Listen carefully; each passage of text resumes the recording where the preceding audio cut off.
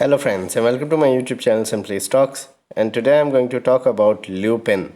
Is it a solid buy for long term or is it an avoid? So let's understand this. Let's get started. First of all, a disclaimer that this is not a stock recommendation. People taking any position to any share that I talk about should do that with their own due diligence and research, and I'm not in favor or against any company that I talk about. Before I talk about Lupin, here's a small request that kindly support me on Patreon, and once you do that, it will help me grow the channel, help you also ask me questions in greater detail. Once you get the $10 membership, you will have access to my portfolio, my watch list, and a number of podcasts that I put up from now and then with respect to short-term calls, long-term calls, and the markets as a whole. For detailed market talk or company talk, you can directly email me and we can work things out. Now about Lupin, established in 1968, they provide pharmaceutical drugs, one of the largest API and formulation company, and now is into R&D and D and providing drugs as a whole.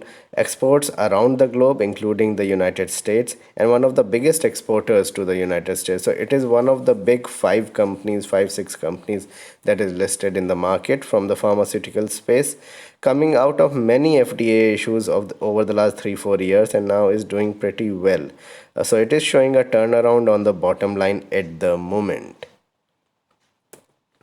If you look at the numbers, then these are Q2 FY21 numbers versus FY20. So when I talk of FY21 and a couple of questions came in, that means March 21 has already started with April 2020. So these are second quarter of that FY21 numbers, that is between July to September.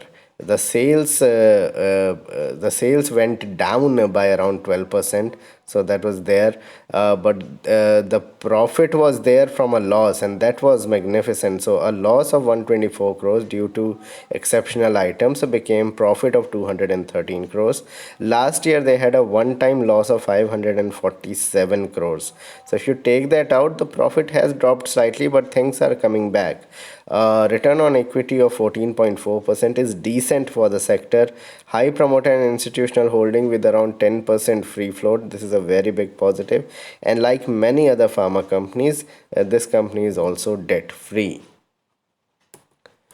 If you look at the performance, so the stock has done nothing for nearly 5 years. In fact, most of the pharma companies did well, but Lupin has not really put the scene on fire and currently trading at around 900 940 rupees. It has not gone past 1200 1300 for a long time. Collapsed during the February March fall and then recovered smartly as pharma surge. So it collapsed to around 500 odd levels and recovered 80 90% in this recovery.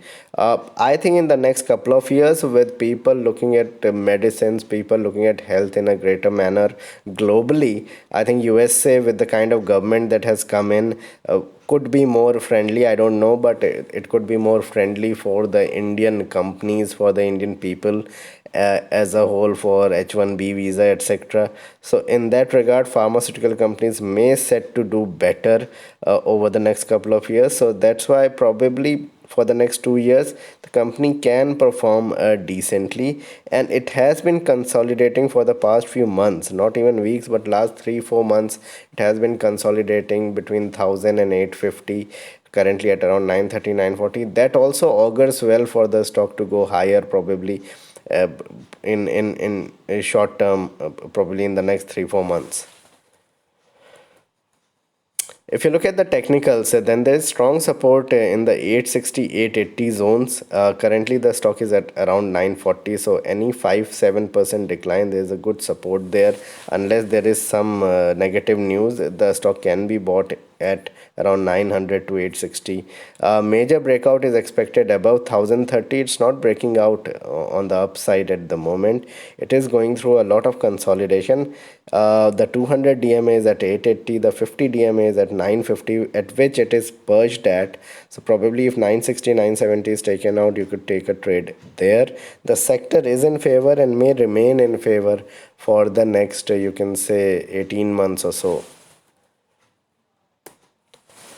So what needs to be done? In my opinion, you can buy for long term. It could give you consistent 12 15% roundabout that return, and you won't be, you can say, harassed by the market movement. It will do well in difficult markets also. It is kind of a defensive stock.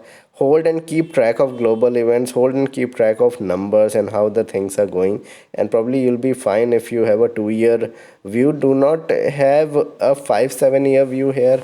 I have a feeling that after a couple of years things will again go back to consumption, etc., rather than pharma and IT. So at the moment pharma is in focus, and have less than 10% holding in such stocks. So this was a video on Lupin. Please like and subscribe my channel, hit the bell icon so that you can get my videos straight away when I post it. Thanks a lot for watching.